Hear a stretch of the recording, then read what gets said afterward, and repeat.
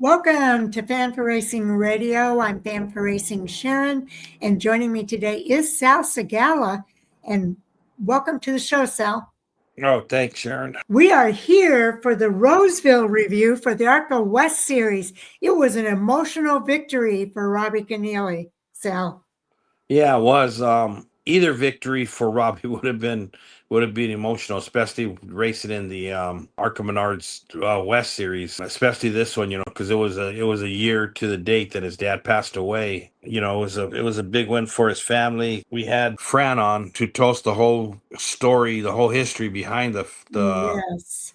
the Kennealy family. Then we had Robbie on to start the season, to kind of talk about what the expectations are. Then now finally got his first win and second for Jan's Racing. So it was a good weekend for the Kennealy family. It really was. And I was so happy for Robbie Kennealy, especially getting it so close to Kyle's victory as well. So I thought that was really good. And everybody was very, very happy for him.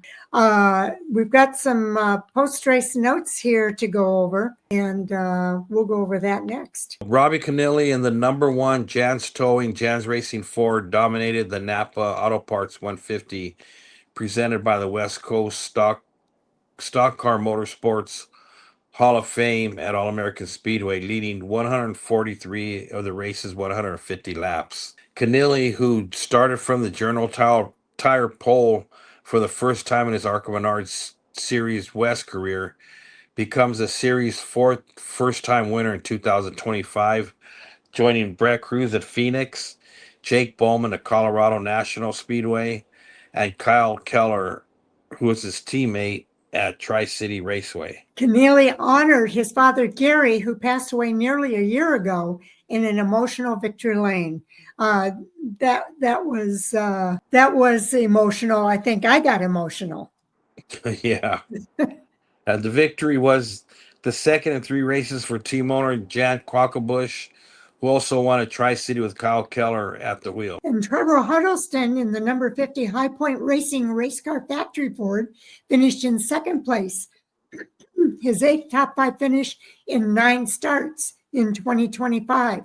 Huddleston unofficially added 4 points to his lead in the ARCA Menards Series West Championship point standings, which now stands at 12 points over Kyle Keller in second. Kyle drives that number 71, Jan's Towing, Jan Racing Ford, headed into the next series race at Madera Speedway on September 27th.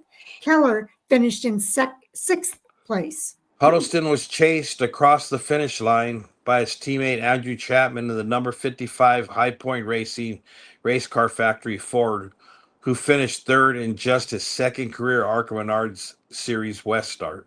And I know that was exciting for Trevor Huddleston and his family, with his teammate finishing right behind him. That was awesome to see as well. Oh, yeah, it was. Joey East in the number 88 Shockwave Columbia Bank Ford finished fourth in his first ARCA Menards Series West start since the 2023 season finale at Phoenix Raceway.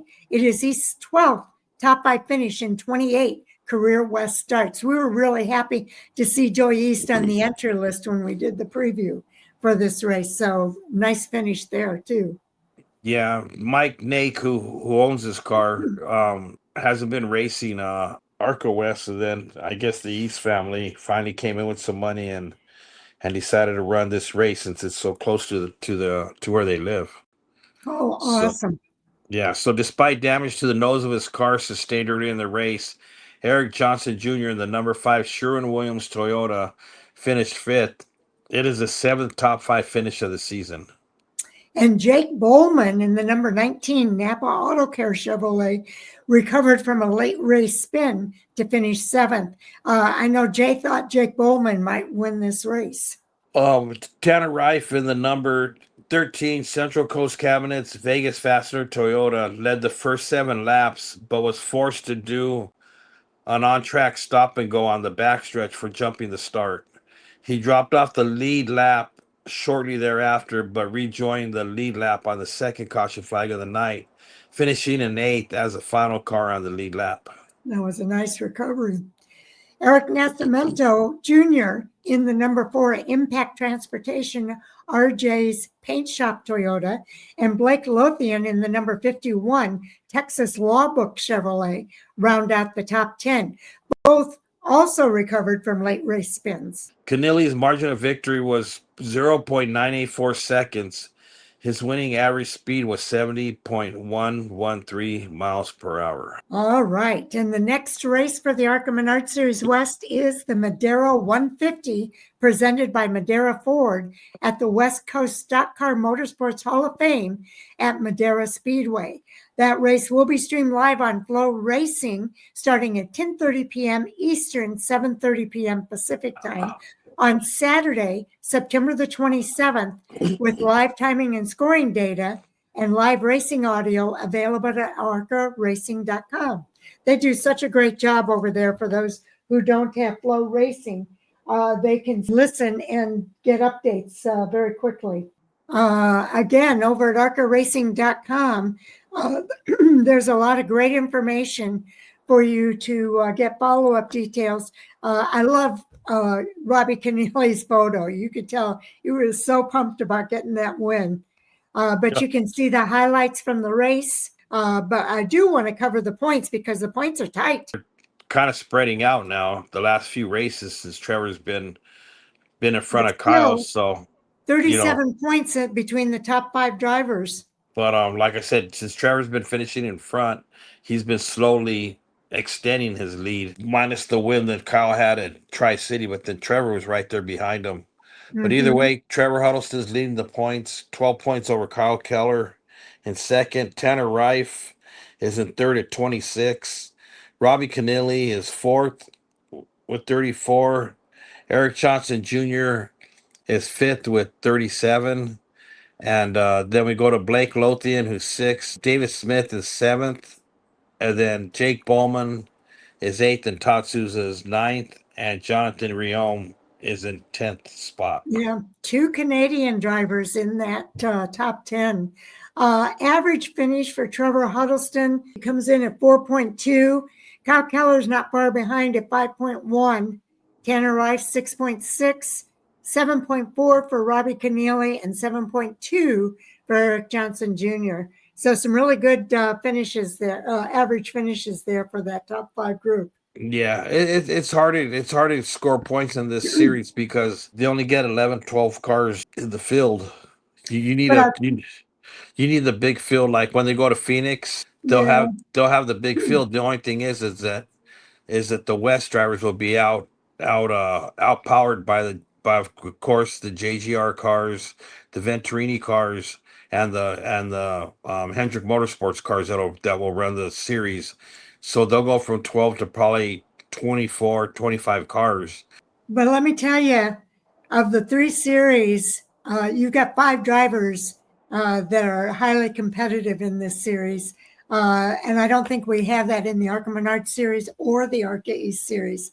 So it's really good to see those 5 drivers being as competitive as they are. And actually, without Robbie's win, he would be way back behind Eric. I thought Eric Johnson Jr. would be doing a lot better than what he is. I did too. I'm kind of surprised, but he's still in there. Yeah, I gotta give him credit. He's still hanging in there. And Tanner Reif, I expected to be up in front of. Well, he was for a while in front of Kyle Keller. Now the ARCA Menard series, they have 3 more, or the West series. They have how many more races left? They have a couple more, don't they? They have Madera, Vegas, and Phoenix. Okay, 3 more races left for that series. They have a few more races than the ARCA East has. Because they have the 2 Phoenix races. So that's pretty cool. Anyway, it was a really good race to watch. If you haven't seen it over at Flow Racing, I'd highly recommend everybody taking some time to check that out.